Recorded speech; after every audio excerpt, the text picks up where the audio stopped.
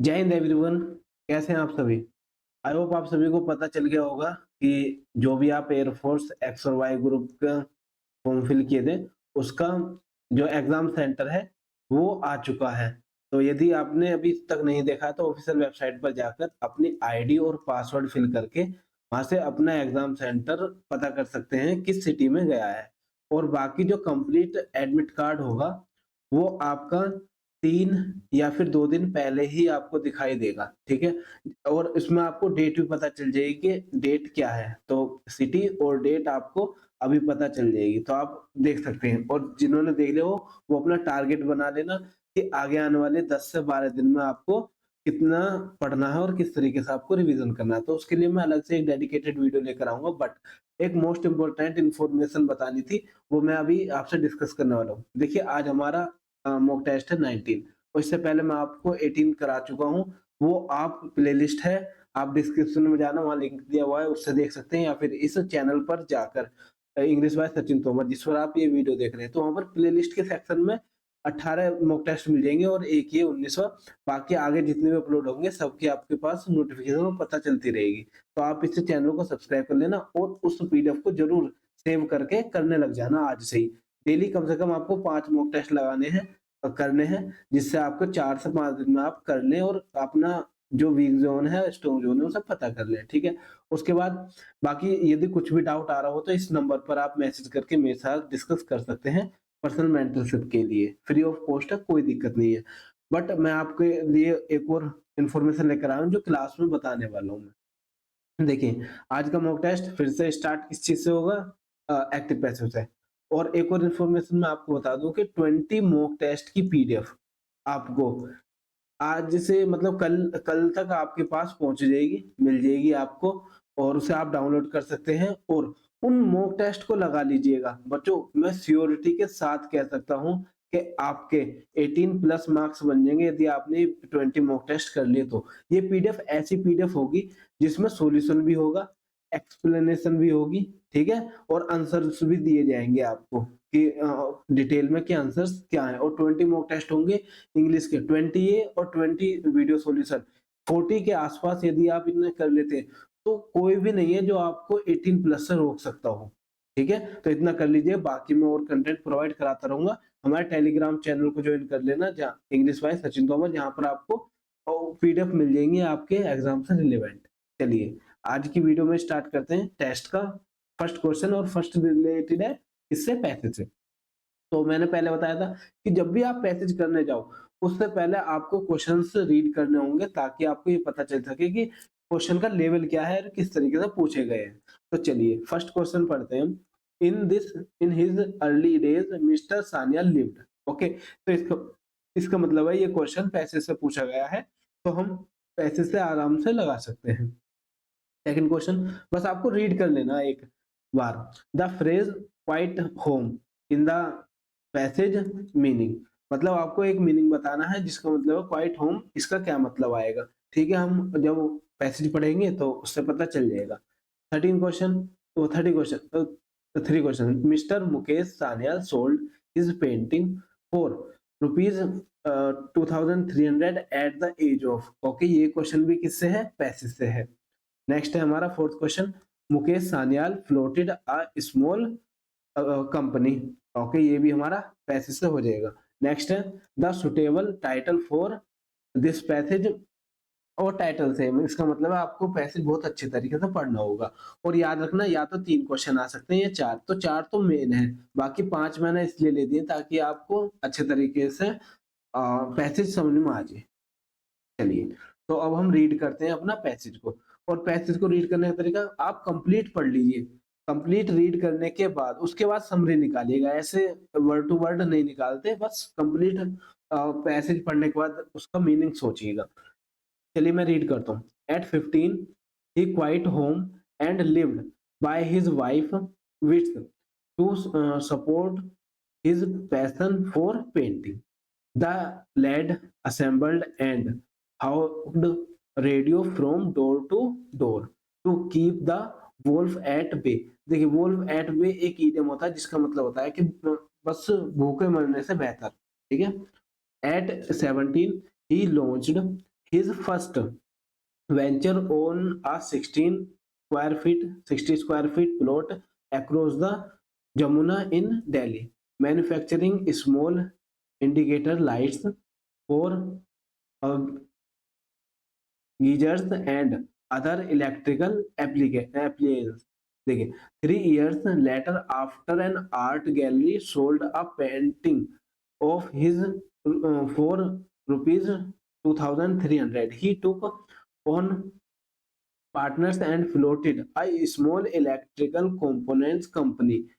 Quick को देखिए, after 3 years है, ये याद रखना, ठीक है, after 3 years electrical still flourish, but Mukesh Sanyal has chugged was up his artistic ambitions. Now 31, Sanyal presides over a clutch of firms that last year sold television sets and home appliances and switch gears worth rupees 15 lakh crore CR, says Sanyal. My aim was never just to make money. I wanted to set up a company and take it the top. He recalls his rough years when he bought fans from the market of credit and sold them to raise cash for new materials so that he could meet an order that had bagged and conclude, if you have determination you can do everything. तो ये मैं आपसे इसलिए ये कह सकता था कि आप पढ़ लेना, मैं सिर्फ आंसर बताता हूँ। मैंने आपके सामने रीड किया, आपको चाहे 3 मिनट लगे 4 मिनट लगे, जब आप खुद से पढ़ोगे तो आई थिंक आप 3 से 4 मिनट के अंदर आप इस पैसेज को रीड कर सकते हैं बहुत अच्छे तरीके से। और 5 मिनट में भी रीड करें तो कोई दिक्कत नहीं है बच्चों, टाइम बहुत होता है इंग्लिश के पेपर में, टाइम की दिक्कत नहीं है। इंग्लिश के एग्जाम में आपको इंग्लिश के सेक्शन में आपको 20 मिनट्स मिलेंगे 20 क्वेश्चन अटेम्प्ट करने के लिए, टाइम बहुत है। बट प्रॉब्लम आती है आपके करेक्ट करने में, क्योंकि आपको 20 आउट ऑफ 20 लाने की कोशिश करनी है। तो अब हमने एक पैसेज रीड कर लिया, पैसेज किसके अराउंड था वो मैं आपको समराइज करके बता दूं कि एक मुकेश सान्याल नाम के बच्चा था जो अपने घर को मतलब 15 साल की एज में छोड़ देता है, फिर 17 में कुछ जगह खरीद के और एक कंपनी लगाता है, उस प्रोडक्ट को बेचता है, उसको कुछ फायदा होता है, उसके बाद वो और बड़े चीजों पर जाता है और 15 करोड़ का भी सेल करता है। तो इस टाइप की एक जर्नी दिखाई गई है। तो चलिए अब क्वेश्चन लगाते हैं। In his early days mister Sanyal lived, वो लिव्ड करता था by assembling and selling radios from door to door. हाँ, हमारा तो पहले ही ऑप्शन मिल गया, देखिए, led assembled and on radio from door to door. तो ये रहा हमारा क्वेश्चन फ्रॉम पैसेज। चलिए सेकंड क्वेश्चन देखते हैं। द फ्रेज क्वाइट, तो क्वाइट होम का मतलब है कि उसने अपना होम छोड़ दिया, तो केम होम नहीं, फॉरगॉट होम नहीं, वर्कड एट होम नहीं, तो लेफ्ट होम इसका सही आंसर होगा। आई होप आपको ये दोनों क्वेश्चन क्लियर हो गए होंगे। आप जितने ध्यान से पैसेज को रीड कर लोगे उतने ही आसानी से आप क्वेश्चंस लगा पाओगे। नेक्स्ट है mister Mukesh Sanyal sold his painting for rupees 2,300 at the age of, अब 17, 15, 20 या फिर 30, तो बताइए क्या होगा। यहाँ पर देखोगे जब आप 17 एज में तो लॉन्च किया गया था, उसके बाद 3 साल और लगे थे, देखिए 3 years लेटर, उसके बाद इसने सोल्ड किया, तो 17 + 3 कितना हो जाएगा 20 years। गुड। चलिए इसमें मैथमेटिक्स भी थोड़ा सा यूज कर लिया ताकि बच्चों को 20 ना मिले, डायरेक्ट वो 20 ढूंढते हैं या 17 जो ईयर दिखाई देता है वो लगा के आ जाते हैं, तो थोड़ा सा ध्यान रखना बच्चों। Mukesh Sanyal floated a small company 3 years after leaving home नहीं, एट द एज ऑफ 17 नहीं, 15 नहीं, 20, at the age of 20। Fifth question and the last question of this passage, a suitable title for this passage. अब बताइए क्या suitable title होना चाहिए। Artistic ambition नहीं, money making and business नहीं, work is worship नहीं, डिटर्मिनेशन ऑलवेज विंस। तो यहाँ पर आपको डिटर्मिनेशन के बारे में लास्ट में कंक्लूड किया गया है, क्योंकि यदि ये बिजनेस के बारे में होता तो बिजनेस के बारे में बताता किस तरह की प्रॉफिट कमा सकते हैं, कैसे लॉस हुआ क्या हुआ, नहीं, इन्होंने बताया कि एम्बिशन से इसलिए उनकी जीत होती गई और आगे बढ़ते गए। चलिए यहाँ तक आपको पैसेज खत्म होता है। आगे चलते हैं हम, चूज द रॉन्ग पोर्शन, मतलब हमें एरर बतानी होगी कि एरर क्या है गिवन सेंटेंस में, या फिर सिंपल आपको मार्क करना है कि कहाँ पर एरर। तो देखिए, it is time for you decide on your next course of action. तो देखिए, डिसाइड के बाद ऑन नहीं आएगा, तो बी हमारे ऑप्शन में एरर होगी। Seventh question, he who has suffered most for the cause let him speak. तो जो एरर है ना हमारी, वो इस सी पोर्शन में होगी, लेट हिम स्पीक में। ठीक है, तो इसका मैं आपको कॉन्सेप्ट अलग क्लास में आपको करा दूं, और कराया हुआ है, लेट वाले कॉन्सेप्ट में देख सकते हैं। Eighth question, choose the suitable word for each blank to make sentence most meaningful. तो हमें इसमें ये बताना है कि मोस्ट वर्ड चूज करके कि एक ऐसा मीनिंगफुल स्टेटमेंट बनाई जा सके। तो the court does cognizance of criminals words. अब कोग्निजेंस का मतलब होता है बच्चों संज्ञान में लेना। तो कोर्ट जो होती है वो संज्ञान में लेती है, ध्यान में रखती है। तो ये मेड नहीं होगा, इसके लिए गेव नहीं होगा, अलाउड नहीं होगा, इसके लिए होता है टुक, लिया। ठीक है, the court took cognizance of the criminals words. Next देखिए, नाइन्थ क्वेश्चन। नाइन्थ क्वेश्चन फिर से हमारा फिलिंग द ब्लैंक्स है, हमें एक सुटेबल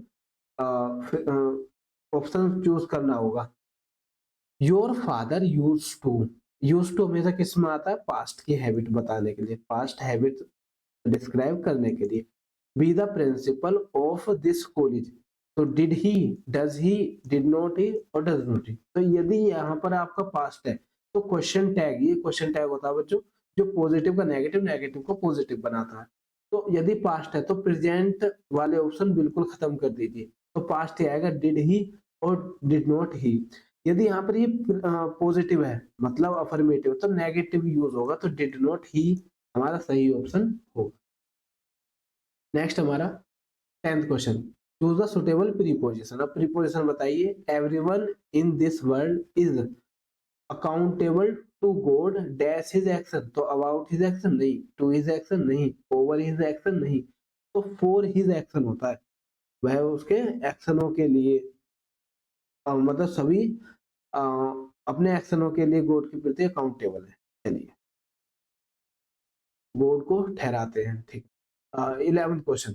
11th क्वेश्चन में आपको देखो पैरा जंबल दे रखा है, इसमें आपको क्या होगा कि चार ऑप्शन दे रखे हैं, और इन्हें अरेंज करके ऑप्शन के अकॉर्डिंग, अपने अकॉर्डिंग नहीं, ऑप्शन के अकॉर्डिंग चलना बेहतर होता है।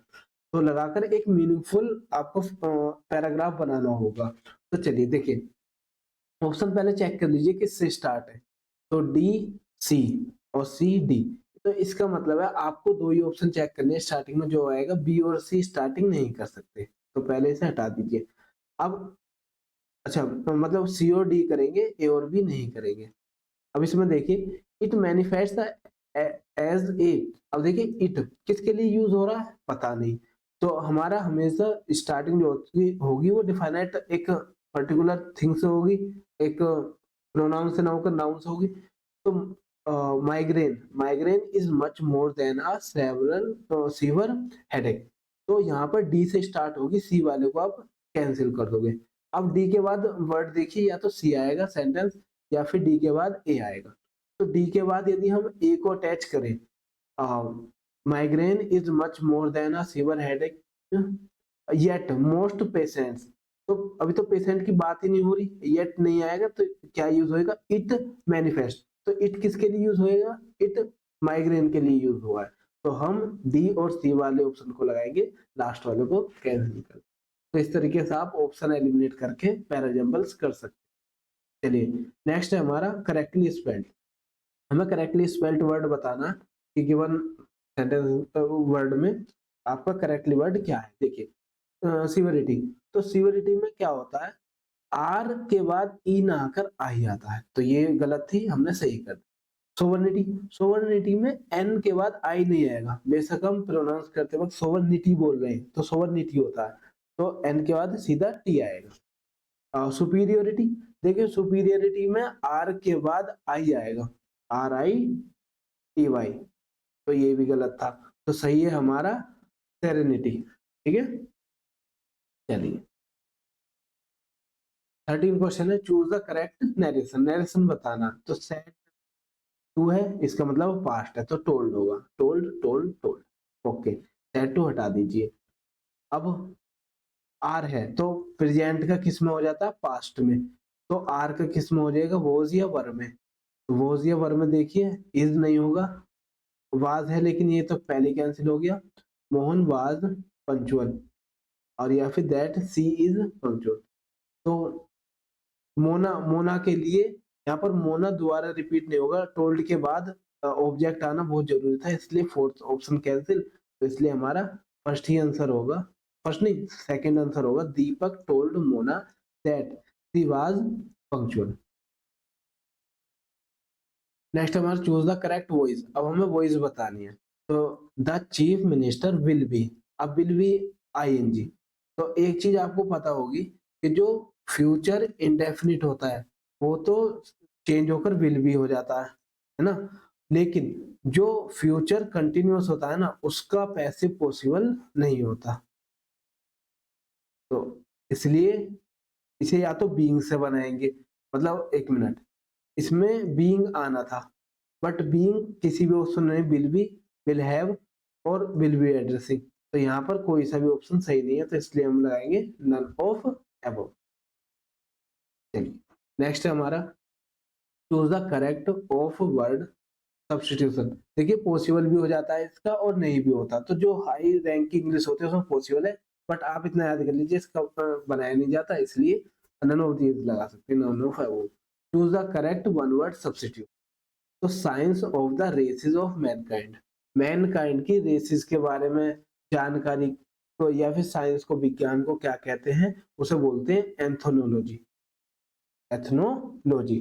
तो बाकी देखिए जेनोलॉजी होता है फैमिली, परिवार के लिए जो फैमिली चलती हुई आ रही है उसके वंश वगैरह के बारे में स्टडी करना जेनेलॉजी बोलते हैं। एपिस्टोमोलॉजी, एपिस्टोमोलॉजी कहलाता है आपका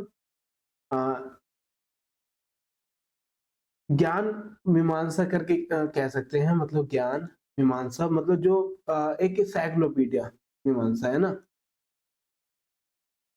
और सोशियोलॉजी आप जानते हो समाजशास्त्र, तो सही आंसर होगा इसका सी ऑप्शन। नेक्स्ट चलते हैं कोल्ड कंफर्ट, इसका हमें इडियम बताना, फ्रेज बतानी है क्या होगी। कोल्ड कंफर्ट का मतलब होता है स्लाइट सेटिस्फेक्शन, कम खुश होना किसी से या फिर सेटिस्फेक्शन कम होना, slight satisfaction cold comfort. Next है हमारा सिमिलर वर्ड बताना, आपको सिनोनिम बताना कि जिसका मीनिंग सेम हो, और वर्ड है हमारे पास मैग्नीफाई। देखिए मैग्नीफाई का मतलब होता है बढ़ाना, इंक्रीज करना, ठीक है, एक्सपेंड करना, तो ग्लोरीफाई करना।